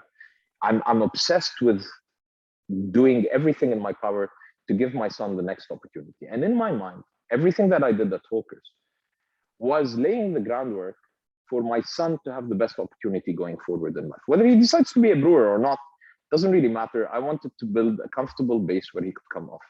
And COVID locked me away from my son. I haven't seen my son in a year and 9 months. I finally get to see him in 14 days. It's the fucking happiest day of my life. Oh, nice. Are you going overseas?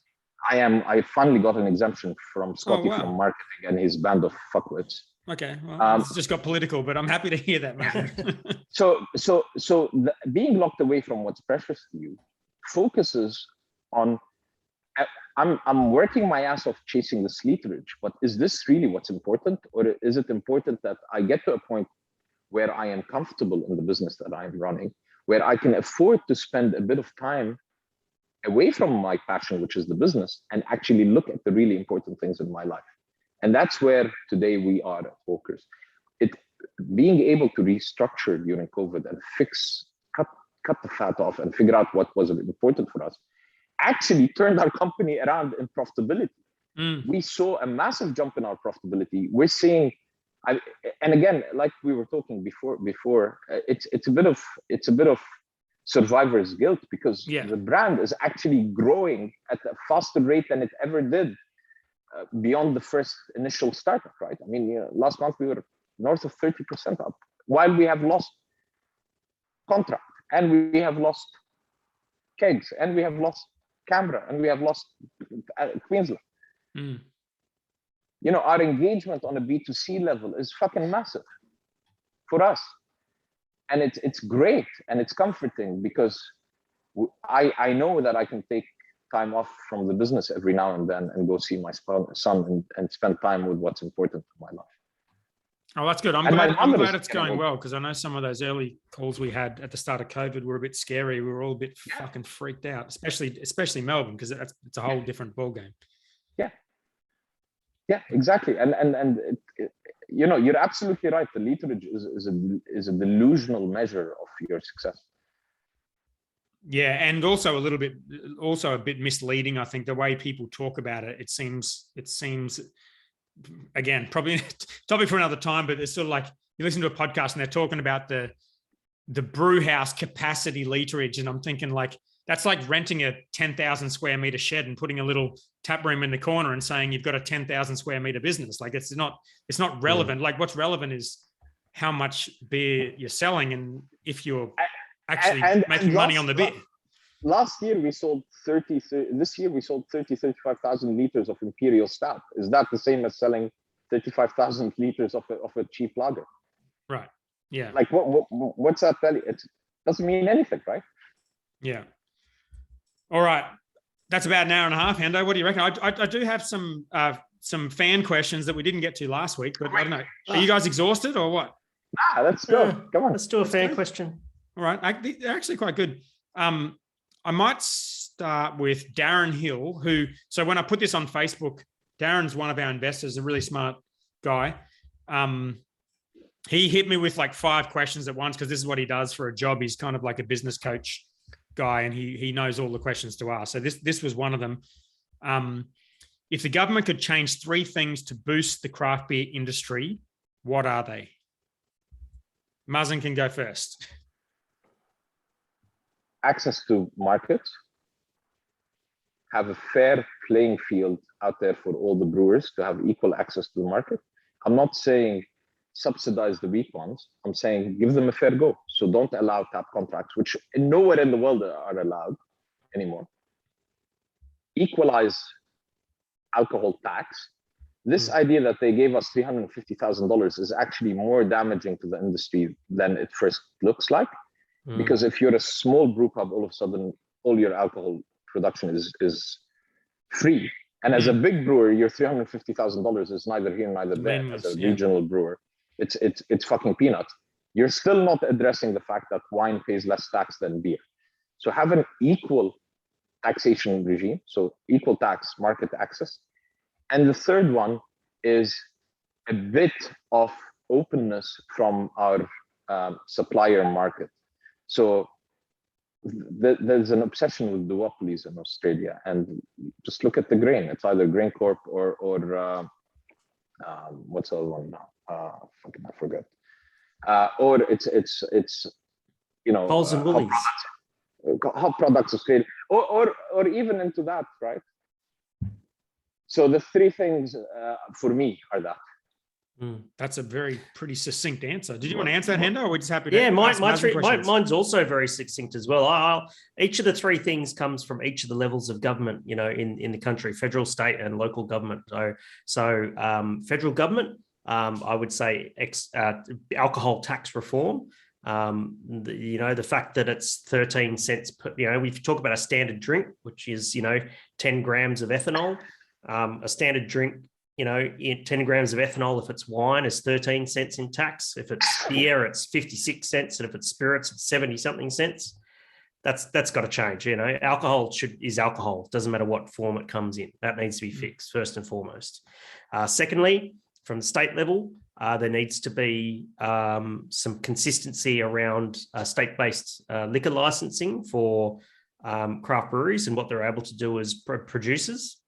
As producers and wholesalers. It just varies from state to state, and it's just, you know, there's no consistency around it. And thirdly, and in my opinion, I think this is probably the most important one. From the local government level, we need an absolutely fundamental fix to town planning, development applications, right? All that sort of stuff. A definition of right what across a brewery the country is and how to get it approved to open. What a brewery has changed in Australia in the last 20 years, and the councils still haven't fucking caught up. Yeah. They still think that a brewery is Forex in Milton or CUB in Abbotsford or something like that.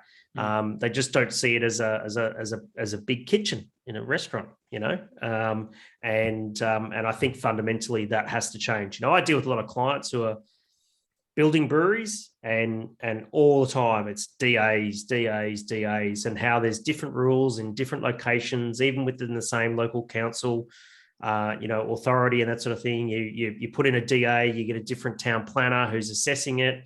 He has this view, this one has another view.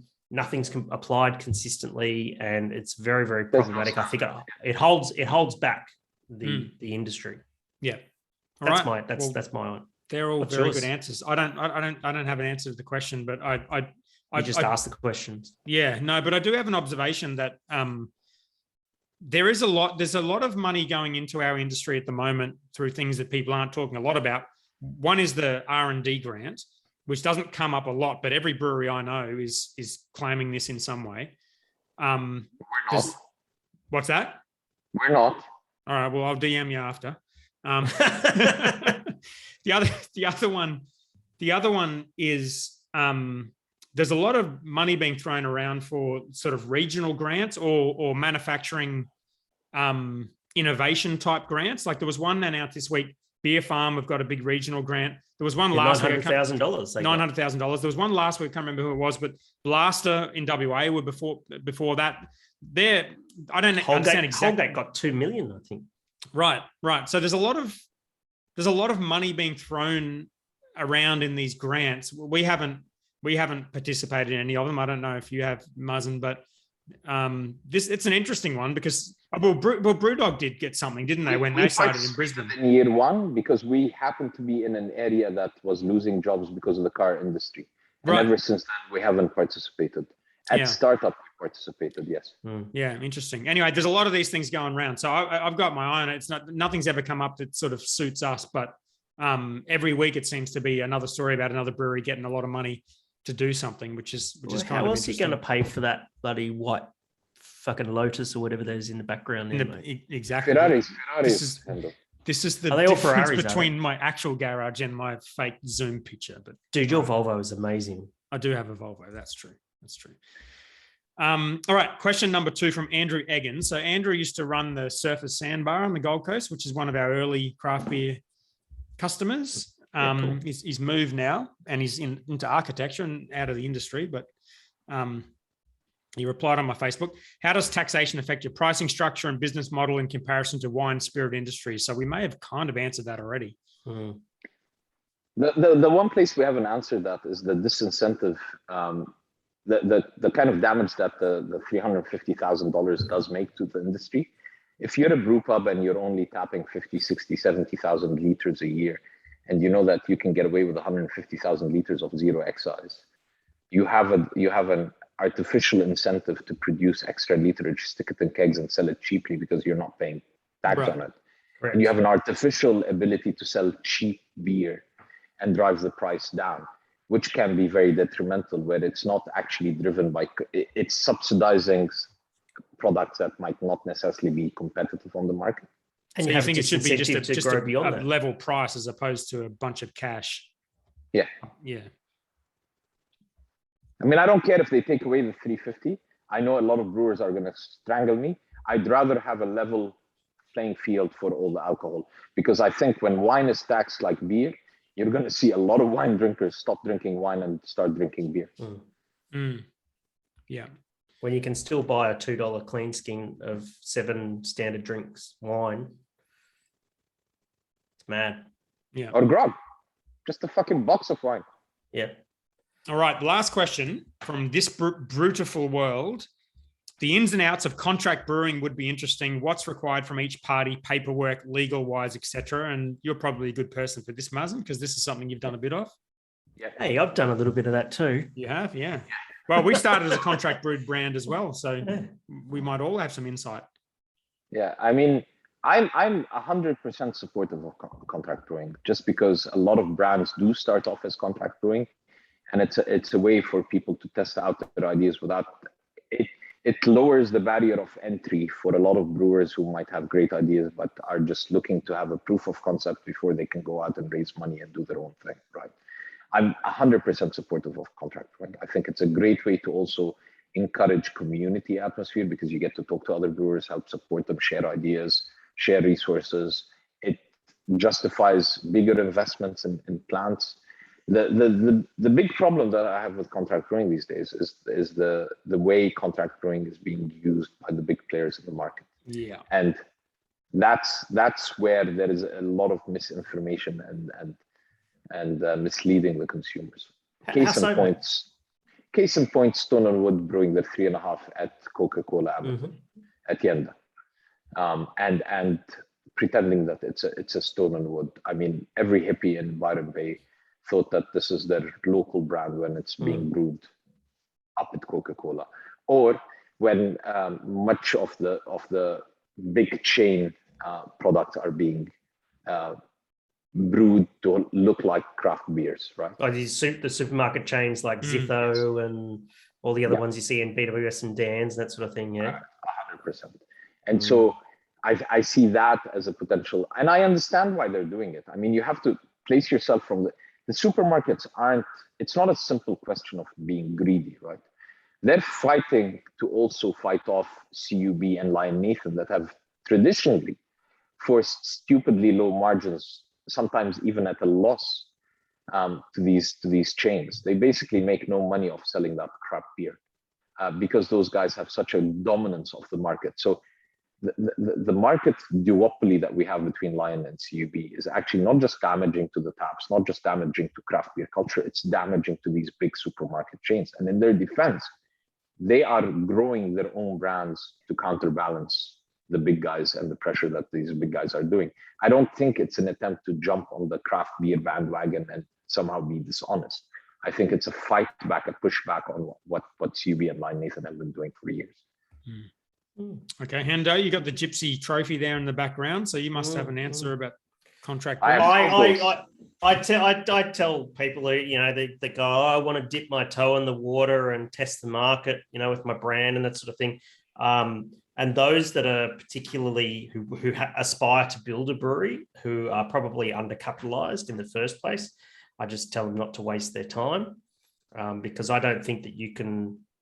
I don't think with given the valley of death and given that a gypsy brewer or a contract brewer doesn't get the $350,000 excise refund, it's impossible to compete against that, And I just say, look, don't bother, take your money instead of spending it on beer. That's going to make a little very meaningful margin, if anything. Go spend that money, go build a brewery, or put it into operating capital for your own brewery and that sort of thing. Yeah, I disagree with you, Hendo. I mean, look at Brooklyn Brewery up until 2 years ago was still contract brewing. Yeah, 6 Point was still contract brewing. Cigar City was still contract brewing. Oh, of course, but I talk about specifically in the context of of an Australian contract brewery, mate. I mean, Two Birds Fixation was contract brewing. For sure. Yep. Two Birds contract brewed for I think 3 or 4 years before they built the brewery in Spotswood and that sort of thing. Black Ops. Yep. Yeah, it is a great way to start, but I don't think that it's possible in 2021. Okay. That's my point of view. When I started in a brew cult in 2013, you could unless you, I guess the exception to that is unless you're preparing to service a niche. If you can create somehow a gypsy brewer hype brand, well, what about the kind of barrel aged beer brands that don't have breweries? Would you class that as gypsy brewing? Like, because a lot of them don't, do they? What do you mean? Well, they just have barrels and don't brew their own beer. That's blending. That's different, I think. If you're talking about being a contract brewer or a gypsy brewer, and you're going to have a lager, a pale ale, an IPA, and a porter or a stout or something like that, and be that brewing company in the traditional sense, very, very difficult in 2021 to take that and grow that. And there's a very, very long list, Maz, of breweries who've attempted it and failed. Yeah, there's still something for me that doesn't quite sit right about it. Like what I said at the start of this, like the anniversary today is the first beer we commercially made, and we made it at a brewery up in Mount Tambourine called Beard and Brow, the only brewery that would take us on at the time. And it was a contract brewed thing. We signed a little contract. We had no fucking idea what we're doing. There's no way in the world we were going to build a brewery. We had no money, no plans to build a brewery. So, I can't sit here and say that contract brewing is no good. But once we had our own brewery, it's come up before. It came up as recently as a month ago when we realized we weren't going to have enough space for summer. It comes up and it just doesn't quite sit right with me for whatever reason. It seems the Coles and Woolies brewing beer at a craft brewery and everyone celebrating that seems weird to me. Just the idea of making a product and sort of slightly misleading the consumer in a way that you've talked about is uncomfortable to me. So I'm not saying we would never do it or people should never do it, but there's something about it. It's like that what we do, the beauty of it is we're making stuff. And that's kind of what we're celebrating. We're making stuff generally at a reasonably small scale, generally in a kind of innovative way. If you're no longer actually making it, it takes a lot of the beauty and the brand value away. And I think that's a challenge, and it's something that doesn't quite sit right with me. Dan, I want to separate two types of contract brewers. So we get a whole bunch of people who, oh, my cousin designed the label. Can you make a beer for me? Can I take your lager and stick my label on it? Yeah. And adamantly, we're never interested in dealing with those guys, right? Adamantly. But the people we take on as contract brewers, are actual brewers who might not have the stainless steel, or who might have the stainless steel but need additional capacity. We've done contract brewing for clients who suddenly get a big export order but don't have the facility to be able to produce it, and you help them out with tanks. We have never developed a recipe on behalf of any client of ours. We take the recipes because ultimately, if that beer goes gangbusters, it's their beer. And if that beer goes shit, it's their beer. I get no glory or no pain from it. It can't be just the recipe though. If all of this was as simple as recipes, then like what are we doing? I think the kind of mystique of sitting above a steaming brew house is gone. These days, you can get automated brew houses, as you know, and all the way from recipe automation can be from press a button, here comes the beer out the other side, and you basically do your QC. It depends. Again, so producing beer isn't necessarily this old art of you sticking your mash pedal in and making it yourself. So I disagree with that. If you think of contract brewing as being the oven, and then it's up to the chef to make the pizza and stick it in the oven, it's his recipe. It's what he puts on that pizza that either makes it a good pizza or not. The oven is just a Braucon with a button that's a recipe. Some of these breweries today have a Braucon or a Krones or a GE. They press a button and the beer comes out the other end. Is that brewing? Just because they own the stainless steel doesn't mean diddly shit. Right, but that's not how we brew, and that's probably not how you brew either. No, that's not how we brew. You're absolutely right.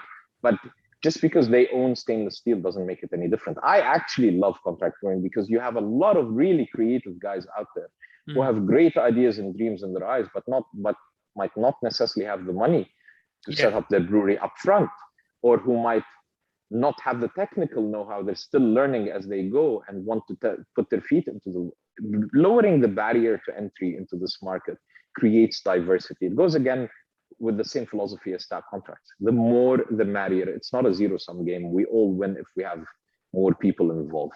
I'm very happy to support anyone in this kind of industry. What I'm not happy to support is anyone who is misleading the industry, who is trying to nudge others out or be a bully in this market. And this gets a bit gray as well, because I think, like, I remember when we were starting out with our contract brewing and building the breweries, Newstead, I remember that one year, they sent the beers down to the ABAs, and they got a lot of medals. I can't remember what they won. It might not have even been a trophy, but it's a bunch of gold medals. And a kind of a big deal was made at the time about how these beers were contract brewed. I can't remember where, probably Brewpack or somewhere. I think as they were growing. Kaiju, yeah. I was there. Right. But then you've got a local Queensland brewery celebrating the fact that their beer is made elsewhere, but the brewery's called Newstead, which is a suburb. Yeah. I mean, there's something about that just doesn't quite feel right. And eventually they took production back and made beer themselves. And to me, it feels more right for a company. Would you be today in business if you didn't contract brew? If you didn't start off that little? No, we wouldn't be. Yeah, no, we wouldn't be. So that's my point. It depends on your motive behind it, right? And there's a lot of contract brewers who do fail because they don't understand that at the ultimate end of this game is it's a business, and you need to run it like a business. It's having a hobby of contract brewing while you maintain your daytime job is also not really brewing, right? Yeah. You know, being an unlikable character like myself and trying to sell beer is stupid. That's why you hire people who are better at it. Like, you have to run this as a business ultimately, otherwise it doesn't work. Yeah. All right, very good. Well, that's about 2 hours, so we did pretty well. Even with daylight savings, it's still 2 hours. We're getting into bloody like Joe Rogan long form content at that fucking time. I don't know. 100%. We'll just light up a spliff and go for another hour. Maz, good to talk to you, mate. Always good to talk to you guys. That was good. Thanks, mate. Appreciate it. We'll raise the subscribers to 6 this time from 5. No, we got 12. We hope to have 13. It's 14, I think. 14's a good number to shoot. 14's a good fucking start, man. Yeah, that's it. Power to that. We're on episode 3. That's like fucking, 4 a week or something, 5 a week. Yeah. In 50 years, when this has gone global, can I say I was one of the original guests? You were the original guest. You were the original guest. There's no other way to put it, mate. You were the first guest. Well, thanks, guys, for having me. Cheers, Mazen. Good to see you, mate. I'm glad things are going well for you. I'll talk to you soon. Go to the everyone out there. Go to the website bostonthebrewer.com. Sign up to the mailing list. I just did, and nice. Loving it. It's great. Yeah, no worries, man. And go buy some Hawkers and drink some Hawkers. Go buy some. Absolutely, definitely go buy some Hawkers or some Rover. Definitely buy some Black Hops as well. Yeah, and give us a rating on the podcasty thingos. Yep, awesome. Cheers, guys. That was a very technical term, podcasty thingos. No, I don't know how this thing works. I just trust Dan. Right. Thanks, guys. Cheers, legends. See you soon.